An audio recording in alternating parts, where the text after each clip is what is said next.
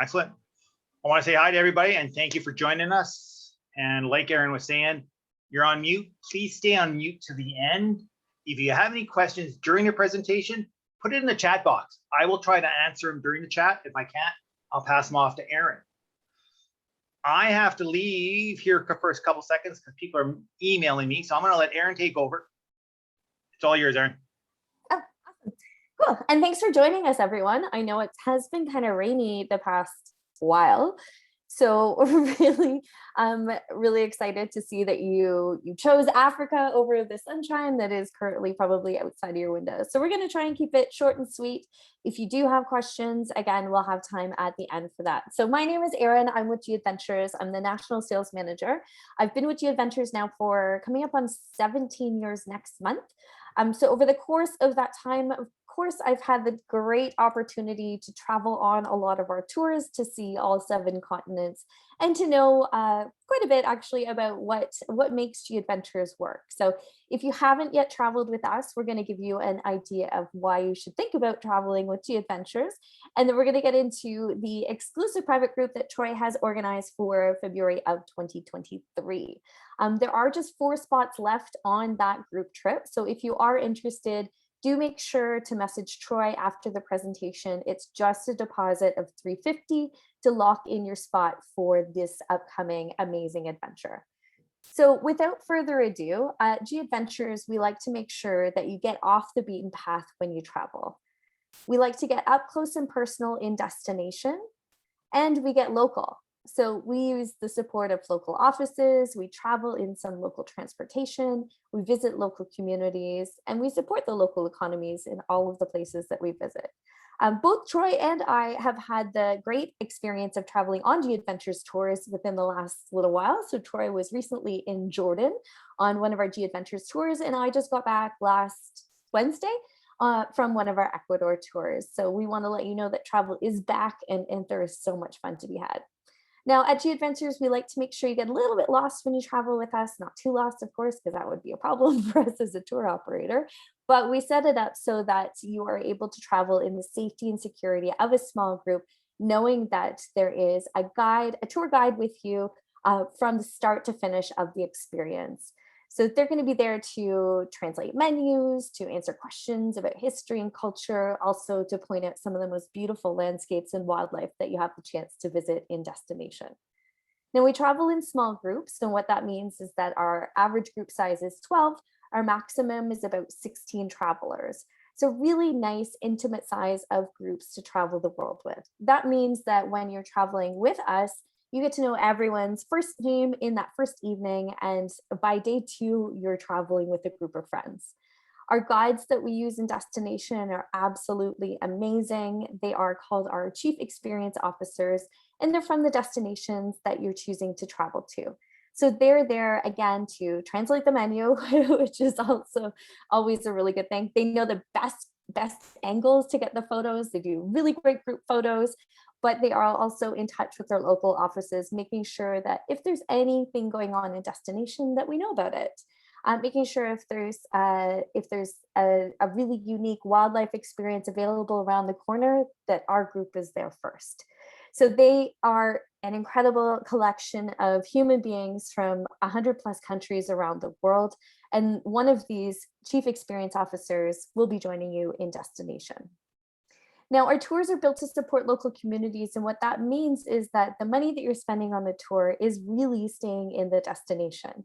So we've got a lot of really amazing things that we do at Gadventures to make sure that your travel dollars go far. So we've built meaningful relationships with local communities and designed projects and our tours so that they directly benefit these local communities, the people and the places that we visit. We prioritize Indigenous people, women, and youth, and areas that have been traditionally marginalized or undervalued.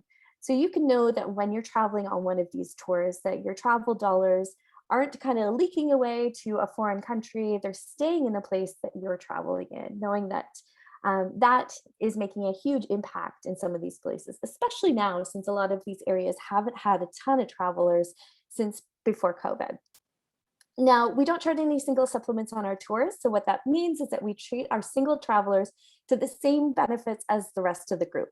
We offer a guaranteed share program where you're matched up in destination with another traveler to share a room with, or tent in some cases. If you don't want to share a room, we do have a My Own Room supplement that's available on a lot of our tours. Now, how to book with G, I mentioned it earlier, it's just a deposit to confirm your spot. The unique thing about that deposit is that it is good for life. So if something comes up and you need to change your travel plans for whatever reason, the deposit stays on file for you to use for future travel. If you can't travel with G Adventures again, you can even transfer that deposit to a friend. So nice, flexible booking conditions when you're booking onto an itinerary like this one. At the end of the day, though, we do specialize in adventure travel. So we want to make sure to include flexibility, freedom, and fun in everything that we do.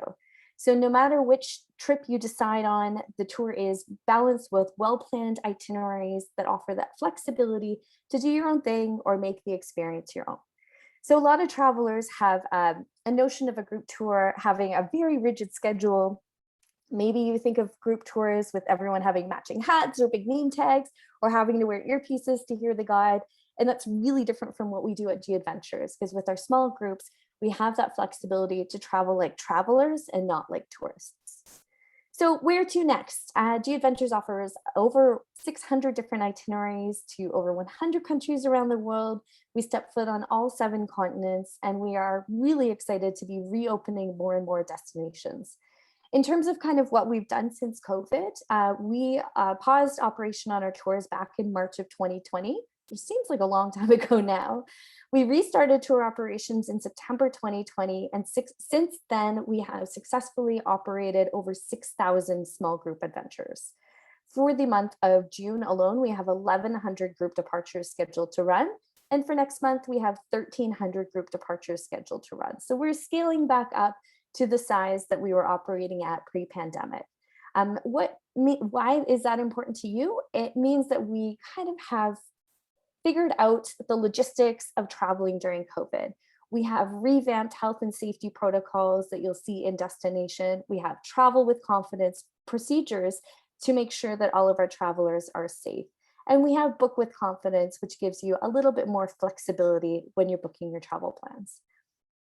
Now, the destination that we're talking about tonight is very specific. So this is a private group itinerary that Troy has blocked out for 2023.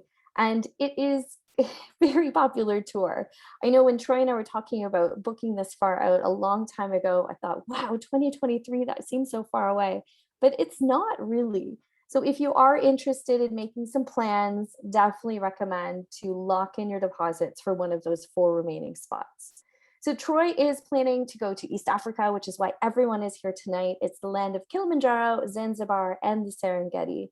If there is anyone on the call who is interested in adding on Kilimanjaro, that is definitely something that you can talk to Troy about if that's on your bucket list. If not, you will see it as you drive past, which is a really nice view as well. The itinerary that we're going to be speaking of is our Serengeti Safari and Zanzibar. It's 12 days. It's Arusha to Stone Town. It travels February 18th to March 1st, 2023. So there is really no better way to see Tanzania than by sleeping where the wildlife roam. Now, some might argue that, but camping under the stars in Africa is just a once-in-a-lifetime experience. In the 12 days, you are jam-packed with options and activities. We do a safari through the Ngorongoro Crater, which includes an overnight camp at the edge of the crater where lion, buffalo, and zebra like to wander.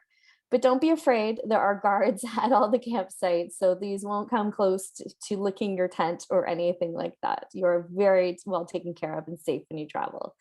So we spend a lot of time in Tanzania on safari, and then we actually end this tour with a bit of time in Zanzibar, which is super beautiful, has a really special history, and the white sand beaches, I don't think can be beat.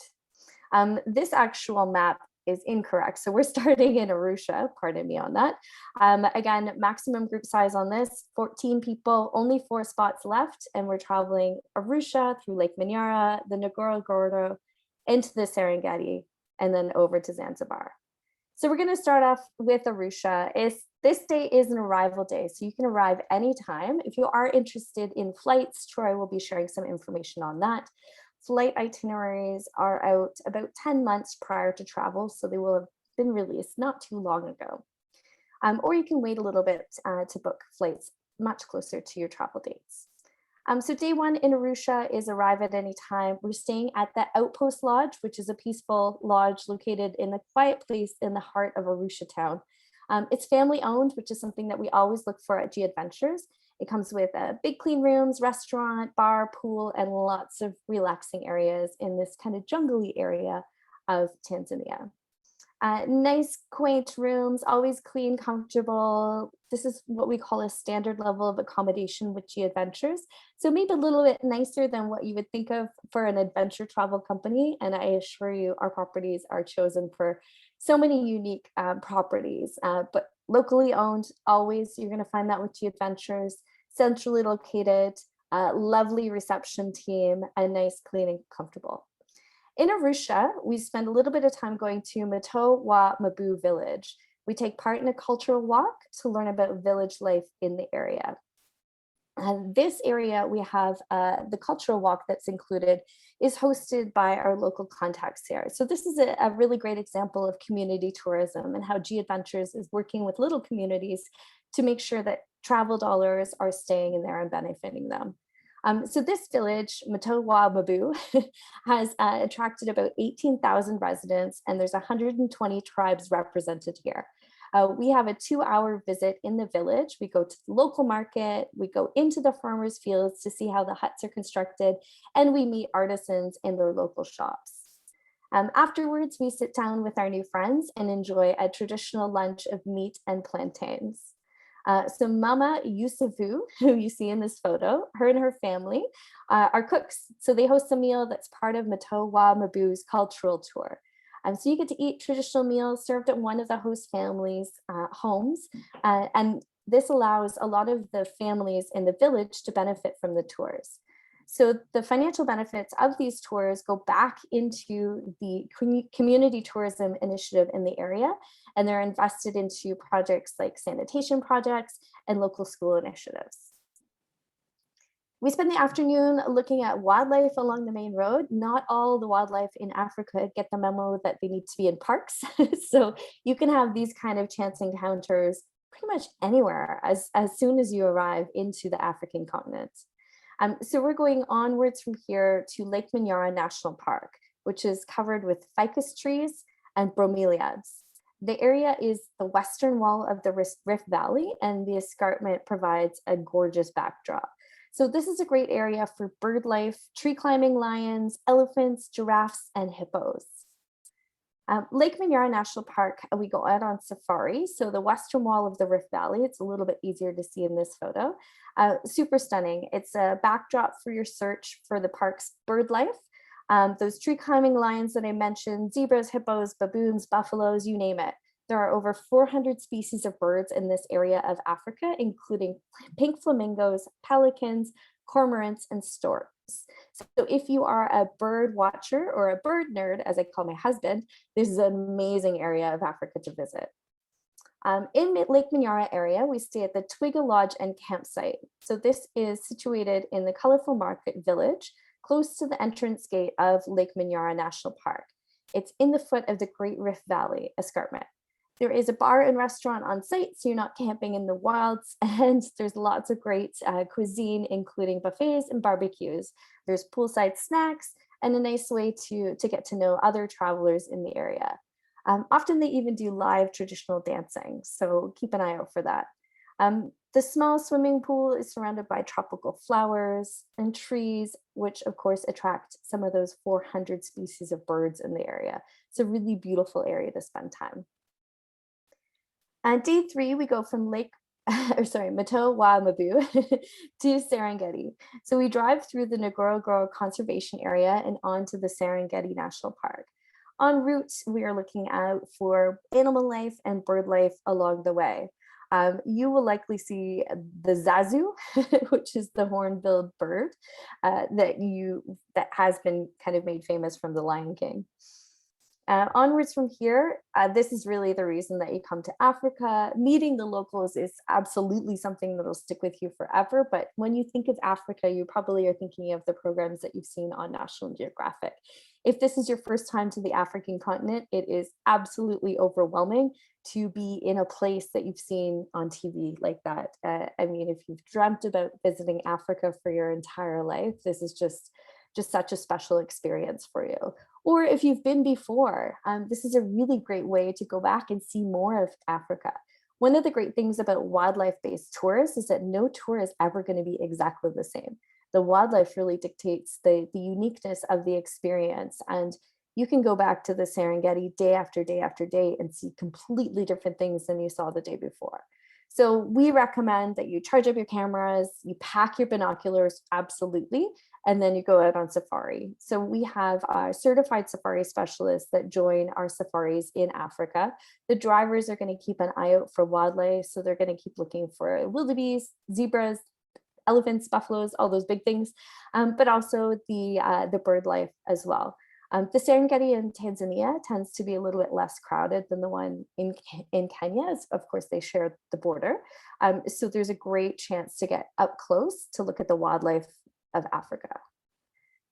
The park itself was established back in 1952 and is without a doubt the most famous wildlife sanctuary on the planet. It's about 320 kilometers towards the northwest of Arusha in a high plateau between the Ngorongoro and the Kenya border. It goes almost all the way to Lake Victoria, which borders onwards with Uganda. The Serengeti actually means endless plains, as translated from the Maasai people, and you really do experience that once you walk into these sites. What you see on the screen, of course, there's some of we call them disco donkeys, or the zebras that you'll find in East Africa. And in the back, there are wildebeest kind of hiding in the mix. They often travel together, wandering through the Serengeti in search of water. The wildlife spectacle that has these two traveling together is known as the Great Migration. In this area of the tour, we stay at the Serenera campsite. So these are the tents that we provide at Gadventures. We have a nice mix of accommodation and tented experiences on this tour. It's a really fun way to see East Africa by sleeping under the stars. I've been to Africa twice now, and actually 3 times, pardon me, to the continent. The very first time I was there, my first night in a tent, I woke up and there was a herd of zebras like walking through our campsite. And this was back in 2002, maybe. And back then I wasn't using a phone to take video. I had one of those old fashioned video cameras, and I just bought it before the safari. So I have 0 pictures or zero video of that experience. So my personal recommendation to you is that if you are buying camera equipment before you travel, make sure you take a lesson or learn how to use it before you go, because those would be great pictures. So this would be what it would look like if I'd managed to figure out that camera. So the Serenera campsite is one of the most famed campsites in Tanzania for animal encounters.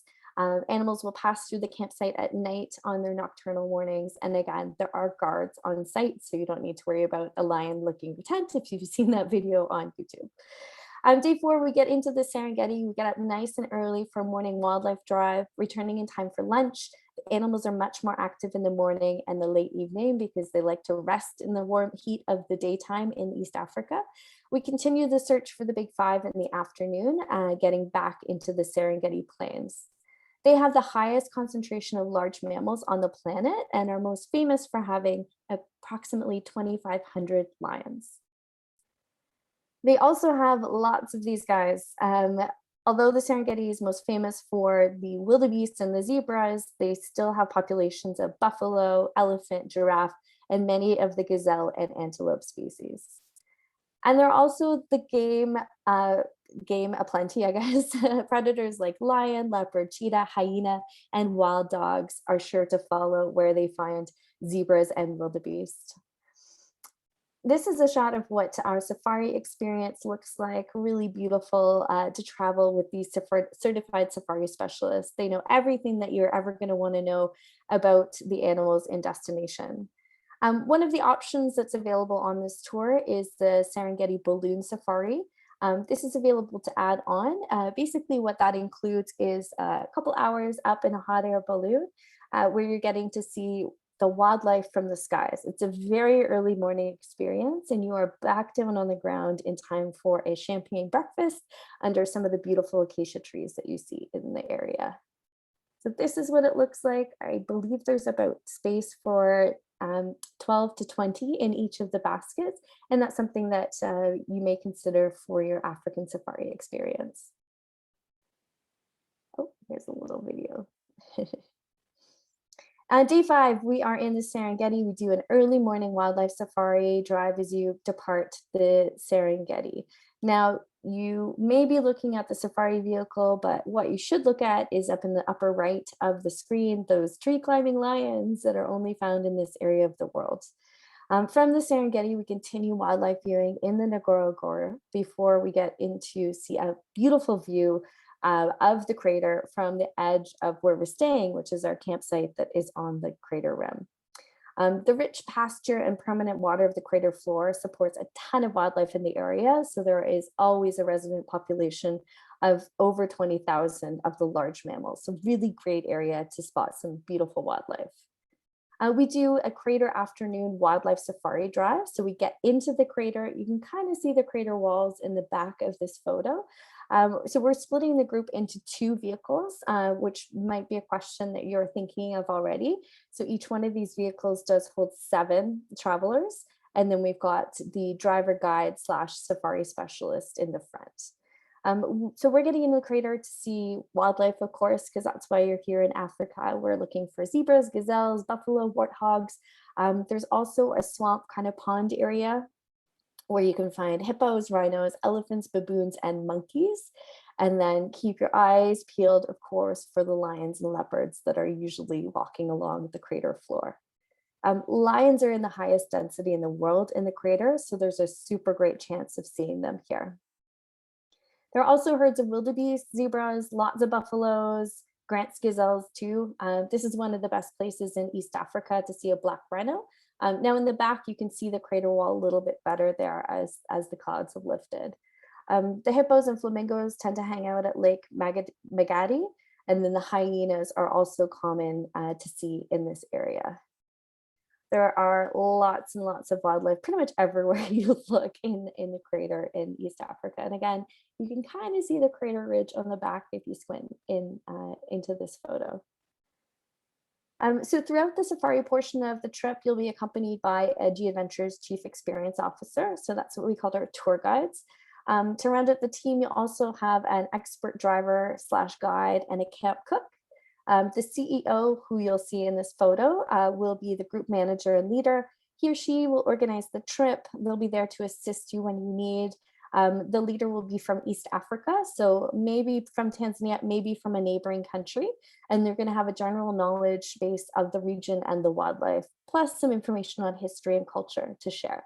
So they take care of the small things so you can concentrate on enjoying the adventure. They are certified safari guides, as I mentioned, and a really big part of the team. In terms of the food and the cook, if you have any dietary requirements, requests, we can take those in advance at time of booking, and we'll do our best to accommodate in destination. So all of that information will go through to our local office, who will then pass it along to our team to make sure that we're sufficiently prepared if there's something you don't eat or if you have some sort of food allergy. On day 6 of the trip, we visit an authentic Maasai village. So this is our gadventures supported Clean Cook Stoves project. And then we return to Arusha a little bit later in the evening. So a bit of time in the Ngorongoro, we go into the Maasai village and then onwards to Arusha. The Clean Cook Stove project is one that's really special to gadventures. We're visiting a Maasai village in the Monduli district, and that directly benefits from the gadventures travelers visiting in the area. So in Tanzania, about 95% of people rely on cooking with wood and coal. Women and girls spend hours walking to collect wood every day. And then the fires are actually open indoors in the homes. And the homes are very basic. It's what you can see in the back, basically a mud hut, or they call it a boma. Now, problem with this, of course, is that if you've ever been close to open fire, You'll know that smoke is not good for you. It can cause emphysema, pneumonia, burns, and other illnesses. So what we're doing in this area is that every traveling group that comes through, we do a village walk and tour in the village. The funds that are paid to the local village then go back into the community to help to produce and to build these clean cook stoves. So the Maasai ladies have been amazing entrepreneurs in this initiative, and they're the ones that are actually building the cook stoves. So they're teaching their friends and neighbors how to build these cook stoves so that it can continue onwards. So every single group that goes through helps to fund one of these clean cook stoves for a village home in the area, which is just amazing. So you get to take a guided tour of the villages. You meet the women that are trained as stove engineers. You visit the bomas, the traditional homes, and you observe, or you can help to build a stove in a home. So you get to see the beneficial impact of these clean burning stoves right in destination and directly impacting the lives of these young people in these Maasai villages.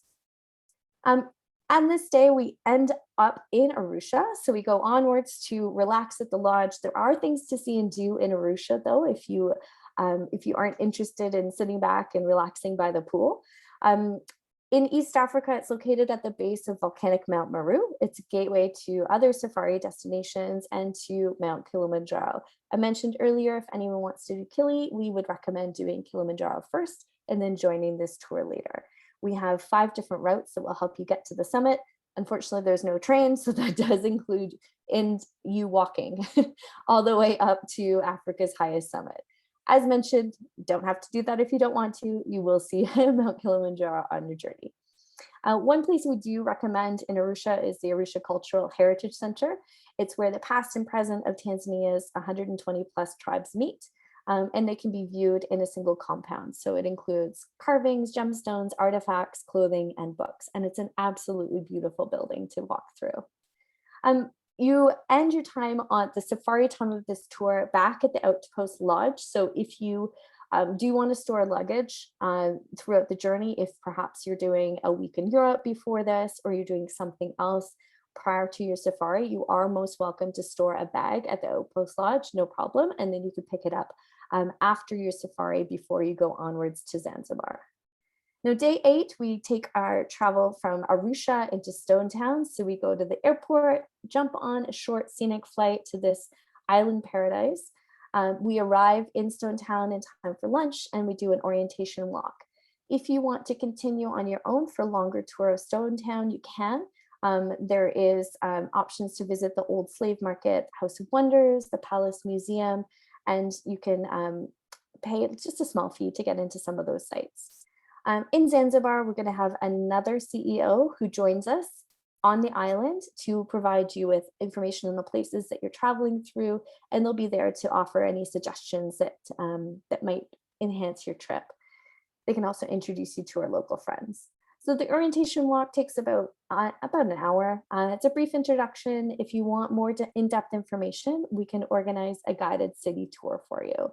The city tours are about $20. I think it's for a half day. And that does a walking tour, getting into some of the UNESCO World Heritage sites, and takes you in depth through the slave market.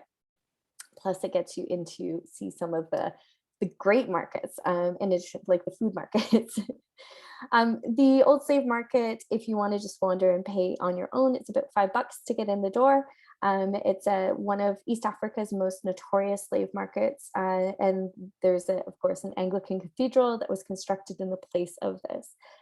There is a really moving memorial on site telling about this sad history in the time in Zanzibar. There's also a palace to see in Zanzibar. This is the Sultan's Palace. $3 to get in here. It's opulent. It was built by the second Sultan of Zanzibar. You can tell it needs a little bit of a pressure wash now, but it was an extravagant mansion in its time back in 1883. There's also a House of Wonders, one of the first buildings in Africa to have electricity and an elevator. It's a mix of European and Zanzibari traditional design, so really interesting to see if you're interested in architecture. The night market is something not to be missed, even if you are terrified at eating some of the things that you see on the screen. it's a really, really special experience. One of the things they do really nicely there is cane juice, so making juice from sugar cane. You can see from the shot there is lots of creatures from the ocean that are available on barbecue skewers. And our local guide will be able to explain everything to you to make sure that you are eating the things that you want to eat. Some of the things you can see there's some lobster, there's some shrimp, there's some octopus. I see some calamari in there. I see some, looks like kind of some sort of a fish fillet. And some other items that I'm not so sure about, but lots of really delicious goodies there. Definitely good to check out. On day 9, we visit a local spice plantation for a guided tour. We continue onwards to the white sand beaches and the turquoise waters of Zanzibar's beautiful coast. The spice tour is really interesting because this is, of course, one of the major hubs between Africa and India along the spice route. So you get to learn about some of the spices that were exported to Asia in the early days from Zanzibar, including cloves, black pepper, cardamom, cinnamon, nutmeg, breadfruit, jackfruit, vanilla, lemongrass. This is a great area to pick up souvenirs for family. If you have any foodies at home, you can get some of these spices to bring home as a really nice souvenir. Nutmeg, so interesting to see. You never kind of think about where this stuff comes from. Farms also produce a variety of tropical fruits, including oranges, limes, coconut, papaya, jackfruit, cassava, sweet potato, lychee, okra, and even the stinky durian. If you've had the chance to smell durian, you'll know what I mean. If you haven't, I would recommend tasting it, but maybe plugging your nose as you taste it. It is the stinkiest fruit that exists on the planet. It has been banned from a lot of hotels in Asia, but it tastes pretty good. So recommend checking that out on the spice tour as well. Day 10, we do free time to lounge on the beach, snorkel, or tour the island. As you can see, the waters are turquoise, the beaches are white, really beautiful. There's chances to get out. There's a snorkeling tour option. The options in Zanzibar are quite inexpensive, so 35 to 50 US for the day, full day excursion. So going out with some experienced snorkelers in one of Zanzibar's most well-known reefs surrounding Memba Island. So they include life jackets, of course, wetsuits and floaty things if that's what you're interested in. There's also opportunity to do scuba diving. If you are PADI certified, you can add that on, and our local guide and destination will be able to help to organize any of these activities. There is a cultural tour as well. So there's a 3 to 4 hour cultural tour that you can do to learn about the life on Zanzibar. You're immersed in the local culture. You go with a local guide to a rural village to learn how they weave, to learn a traditional game called bao. And there's a really interesting dance performance as well. Or if you're more interested in seeing more wildlife, there is a Jazani forest where you can see these very funny looking monkeys. They're the red colobus monkeys, which are a big highlight for a lot of people seeing Zanzibar. Or you can relax.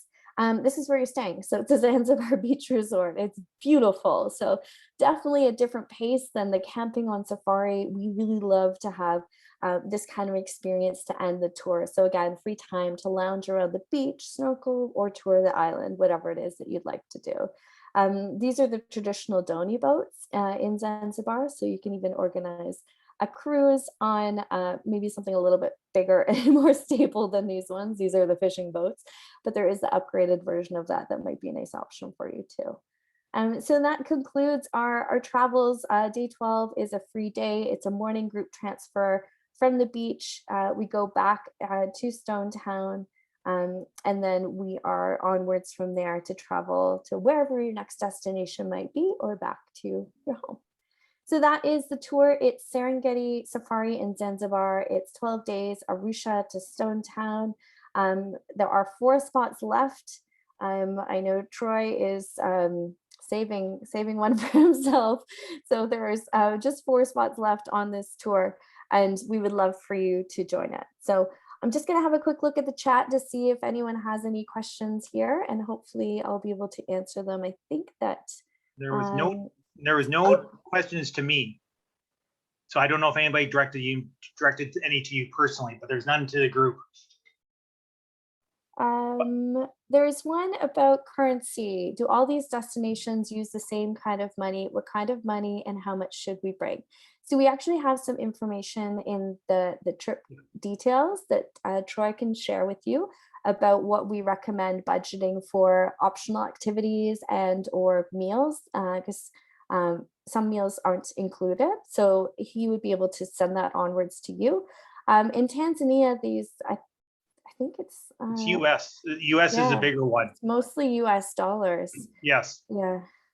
I see I'm just trying to Monica think. has a question. She put her hand up. Yes, I have few questions. One, is there opportunity to stay longer after the last day? Yeah. Will there be accommodation available? Yes, we Yeah, can work that out. Sorry, Erin. No, I was just gonna say, yeah, we can book extra nights at that Zanzibar beach resort if you'd like. So Gadventures can organize pre or post tour accommodation to go with the tour, and then Troy would be able to organize anything different from that. Okay, and what is how much they charge a night? We'll have to look into that because I don't know off the top of my head, Off but the top Troy of my will be head, I able don't to either. follow up with you. Yeah. Okay, my next question, is there any vaccination mandatory for that trip? I have sent you links for Yes, you Tanzania. have. Yes. Yes, you did send me a link and I checked that out and all of the vaccinations were recommended, but now I didn't see anything mandatory, but I'm concerned. I have not been to Africa much except for Egypt, and I don't want to get sick when I'm there. So what I would recommend is that you speak to a travel health doctor. Hopefully there's one in your community, and they would be able to tell you exactly what you need for the areas that you're visiting. In the links I sent everybody, or I have the majority that are in this chat I have sent. There were no mandatory. There is a lot recommended. I know personally, I'm pro-vaccine. A couple of mine expired during COVID. I will be re-upping them. If you are concerned, my personal opinion, just get the shots. But I can, the biggest one is always talk to your doctor. Yeah. Okay. Well, I'm not asking for COVID because I'm COVID vaccinated. I'm just asking for things more typical for Africa. But I have a vaccine passport. I have all the shots. And I know, like I said, a couple expired. I will be getting them before I go to Africa. I would recommend, me personally, I would recommend it, but I'm not a doctor. That's my own personal opinion. All right. I did have a couple of questions beforehand, Erin, that I got in emails during the week. Sure.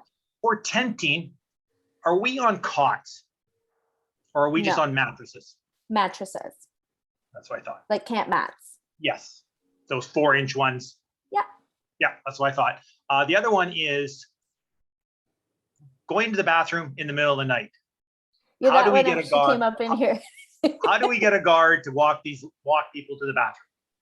So, okay, my recommendation for that is to, when you're traveling, make sure you pack one of those headlamps, and you're in tents for 2. So I would recommend that you bring your tent buddy with you to the washroom.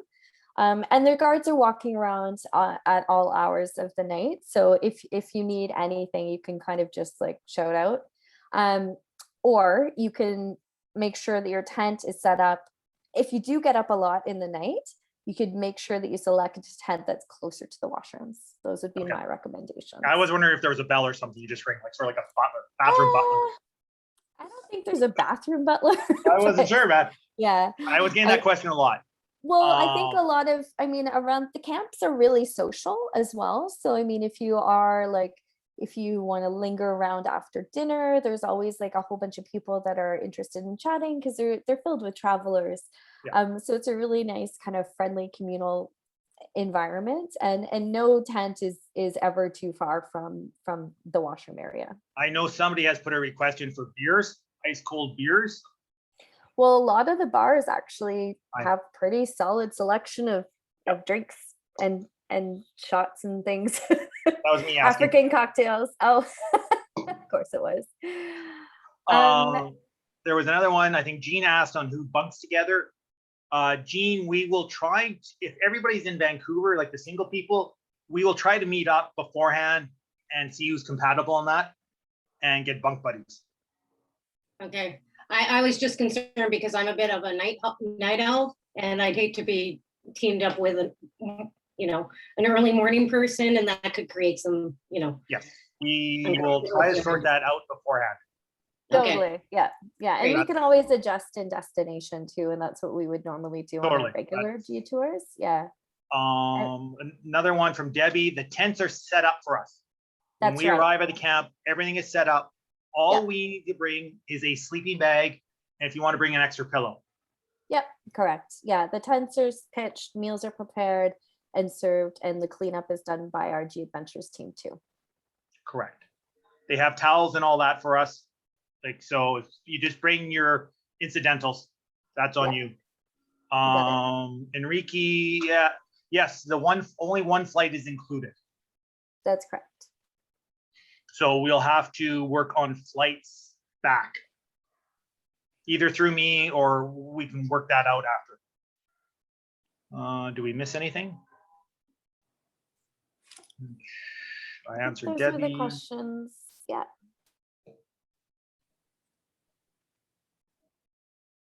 Shelly, yes, they have been. Yes, I asked about the charging of phones, electronics. They do have stations at the camp to do. Definitely bring an extra battery pack, camera batteries, and that kind of stuff as backup. But they do have charging stations. Yeah. Jean, yes, you should be getting a receipt. I'm just waiting for something on my end to get that done. 4 nights in the tents, Debbie. Is that correct? I'm pretty sure that was correct, Erin. 4. We're Yeah, I think so. I'll just double check. You were yeah, quick I on think the it's answer there. 2 and 2.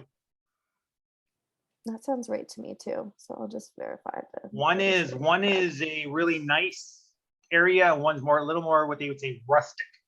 Would that be the correct term? Yeah.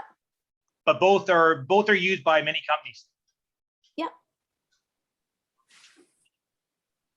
Temperature. I don't know off the top of my head. Did you warm? Tell me what. Warm says Troy the weatherman. I'm warm all the time. I had the fan on, now the window's open. I think it's not baking. We're not going in the hottest. Yeah, I think it's mid-20s. Yeah, mid-20s, high of 28 Celsius. Yeah. So pretty nice temperatures. Let's see what else in the back end for me. Peggy, Monica, and there's one other one. Heather. I will be sending you guys an email to double check about deposits. We have 3 people interested for deposits. Ooh. So. Lots of bugs. Bring bug spray. I wouldn't worry about bites. And again, your travel health doctor might advise something for that. I know in the 3 times I went to Africa, the first time I took malaria pills, but the other 2 times I didn't. But I'm not a doctor, so please don't take my advice on that. I would ask for professional advice on that. And I would recommend, this is a personal recommendation for anybody that's going to go, I would try to arrive early, get over jet lag. Yes. Right. I might fly into Nairobi first for a couple days, or get into but keep that in your mind. Jet lag is a thing. You don't want to ruin your whole trip. What else? Oh, and the other thing, if you don't know, I'm doing Morocco with G Adventures in September 2023.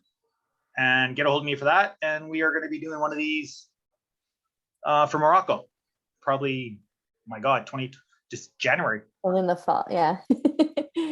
Long way off. But it'll come quickly. I think that is it. I will put my email in the chat if you don't have it. What else there?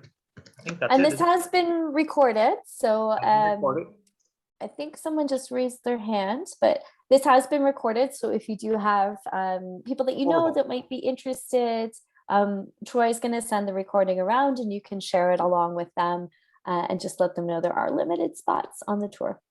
Can you unmute Orville? Sure. He has a question. There we go. Hi there. Hi. I'd just like to know what would the night temperatures be? For the sleeping bags. Yeah. For If I the- remember correctly, it was low. It was teens. Yeah, like mid-teens, probably Yes. 15, Okay. 16. And you Yeah. did say we should bring our own sleeping bags? Sleeping bags is you have to bring your own sleeping bag. Okay. And Great. I'm bringing an inflatable pillow or something like that. Okay. Oh, good. Okay, great. Thanks. No problem. If anybody has packing questions after you paid your deposit or before, just email me and I'll do my best. I'll tell you what I'm packing. Like, well, it's easy for me. It's hot. I'm packing nothing. Well, we I do can have do a that. packing list, so we can also present that. So Or you could go that way too. if you want details. So natural this trip. Yeah, we have a very detailed packing list for everyone kind of And it has been thinking in sent out. advance.